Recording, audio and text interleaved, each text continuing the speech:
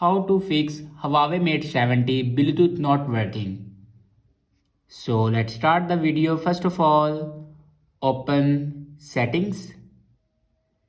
In settings, you can see the option Bluetooth. Now click on Bluetooth. Now here you can turn on or off your Bluetooth. After turning on or off your Bluetooth, then go back and click on battery. Here you can see the option power saving mode. If you turn on power saving mode, then turn it off. After turning off power saving mode, then go back and scroll down in last and then click on system and updates. And then click on reset. In second, you can see the option reset network settings.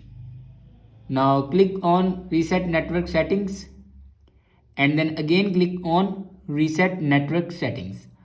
After reset the network settings, then go back to your home screen and restart your device. For restart your device, press and hold power button.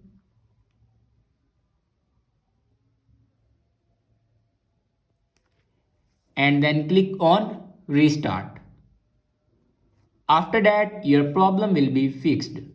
I hope this video is helpful for you. Thanks for watching.